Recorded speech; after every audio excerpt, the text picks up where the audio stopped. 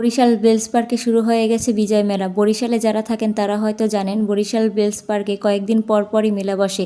যদিও এর আগে আমার কখনো বেলস পার্কে মেলায় যাওয়া হয়নি, এটাই আমার ফার্স্ট টাইম, তাও কাজিনের সাথে সেদিন সন্ধ্যায় মিলে হঠাৎ করে প্ল্যান হলো যে মেলায় যাব। তাই আর দেরি না করে চলে গিয়েছিলাম মেলায়। এই এভরিওয়ান, আসসালামু আলাইকুম। বিজয় মেলায় গিয়ে কী কী কিনলাম, কী কী খেলাম তাই থাকছে আজকের এই ভিডিওটিতে। তাই দেরি না করে ভিডিওটি শুরু করা যাক। আর বাইরে বিক্রি হচ্ছিল এই সুন্দর সুন্দর কিউট ক্যান্ডেলগুলো হোমমেড ছিল। তার পাশেই বিক্রি হচ্ছিল মজাদার বাহারি ধরনের মিষ্টি পান খাওয়া হয় না, তারপরও মিষ্টি পান দেখলে কেন জানি আলাদা ভালো লাগা কাজ করে। পর আমি আর আমার কাজিন দুজন মিলে চলে যাই মেলার ভিতর প্রবেশ করে দেখি অনেক মানুষ। অবশ্য মেলাতে মানুষ থাকবে, এটাই স্বাভাবিক। এরপর দুজন মিলে প্রতিটা স্টল ঘুরে ঘুরে দেখি। এই স্টলটা বিক্রি হচ্ছিল বিভিন্ন ধরনের হোমমেড আচার ও জেলি, তার সাথে ছিল মেয়েদের বিভিন্ন ধরনের 3 পিস। তার পাশেই দেখি বিক্রি হচ্ছে বিভিন্ন ধরনের স্ট্রিট ফুড ও পিঠা, তার সাথে ছিল বিভিন্ন ধরনের হোমমেড কেক ও পুডিং। পাশের স্টলে গিয়ে দেখি বিভিন্ন ধরনের কসমেটিক ও হ্যান্ডমেডের জিনিসপত্র ছিল। হ্যান্ডমেডের ব্যাগগুলো সুন্দর ছিল, যারা হ্যান্ডমেডের জিনিসপত্র পছন্দ করেন তাদের কাছে ভালো লাগবে।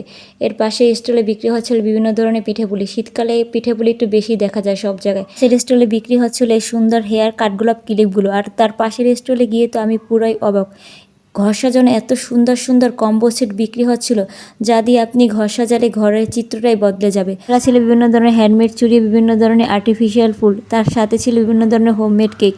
বর্তমানে কেক ভাইরাল বলে এখন সবখানেই কেকের দেখা পাওয়া যায়। আর তার সাথে ছিল লোভনীয় আচার। আচারের দামটা যদিও একটু বেশি ছিল, মেলায় দেখলাম সব কিছুর দাম একটু বেশি। মেলা যেহেতু তার জন্য হয়তো সব কিছুর দাম একটু বেশি। তার পাশে হস্তশিল্পীর বিভিন্ন ধরনের জিনিস বিক্রি হচ্ছে, অলমেড থেকে শুরু করে পাপোশ পর্যন্ত। পাশের স্টলে দেখলাম মেয়েদের ভালোবাসার আরেক নাম শাড়ি, সেই শাড়ি বিক্রি হচ্ছে। জামদানি থেকে শুরু করে অন্য শাড়ি পর্যন্ত পাওয়া যাচ্ছে। সবগুলো শাড়ি সুন্দর ছিল, বিশেষ করে জামদানি শাড়িগুলো। আর আপুরা প্রত্যেকটা শাড়ি খুলে খুলে দেখাচ্ছেন, কোনো সমস্যা আছে কিনা সবগুলো খুলে খুলে দেখাচ্ছেন। আর মেয়েদের যেহেতু ভালোবাসার আরেক নাম শাড়ি, তাই শাড়ির দোকানে অন্যান্য দোকানের তুলনায় ভিড়টা একটু বেশি ছিল। তারপর আমরা এই স্টলে ঢুকে কিছুটা খাওয়া দাওয়া করে নিই। যেহেতু অনেকক্ষণ ধরে সব স্টলগুলোতে ঘোরা হয়েছিল, কিছুই খাওয়া হয়নি, তাই এবার কিছুটা খেয়ে নিই। এই স্টল থেকে চিকেন ললিপপ, চিকেন বল আর চিকেনের একটি ঝাল আইটেম নেওয়া হয়। তার সাথে ছিল বিভিন্ন ধরনের কেক আর পুডিং, যদিও ওগুলো নেওয়া হয়নি। বলতে গেলে সবগুলো খাবার ভালো ছিল, বিশেষ করে চিকেন ললিপপটা কথা না বললেই নয়। এরপর আমরা অন্য স্টলগুলোতে আবার ঘুরে ঘুরে দেখতে থাকি। এই স্টলে এসে দেখি যে মাটির তৈরি বিভিন্ন ধরনের শোপিস বিক্রি হচ্ছে। তারপর এমন একটি খাবারের দেখা পাই, যা দেখে ছোটোবেলার কথা মনে পড়ে গেল। ছোটোবেলায় এই খাবারটা অনেক খেতাম, আর তা হলো চিড়া আর নারিকেল। এই খাবারটা আমার অনেক প্রিয় ছিল ছোটোবেলায়। আর তারপর মেলার বাইরে গিয়ে আইসক্রিম খাওয়া হয়।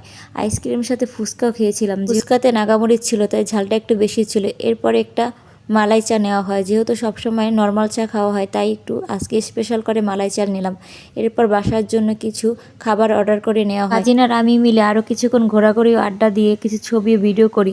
মেলার বাইরে অনেক কিছু বিক্রি হচ্ছিল, ছোটো বাচ্চাদের ঝিলিমিলি বেলুন থেকে শুরু করে খেলনাপাতি অনেক কিছু। এখানে আপনি অনেক কিছুই পাবেন। এরপর কিছুটা সামনে এগিয়ে গিয়ে দেখি কাঠ দিয়ে বানানো নাড়নি সহ অনেক কিছু বিক্রি হচ্ছিল। কাঠের 2টা খুন্তি পছন্দ হয় আমাদের, এটাকে তো আমরা খুন্তি বলি, এটার ভালো নাম কি আমার জানা নেই, তবে আমরা খুন্তিই বলি। খুন্তি 2টা সুন্দর ছিল যেহেতু, তাই 2টা নিয়ে নিই।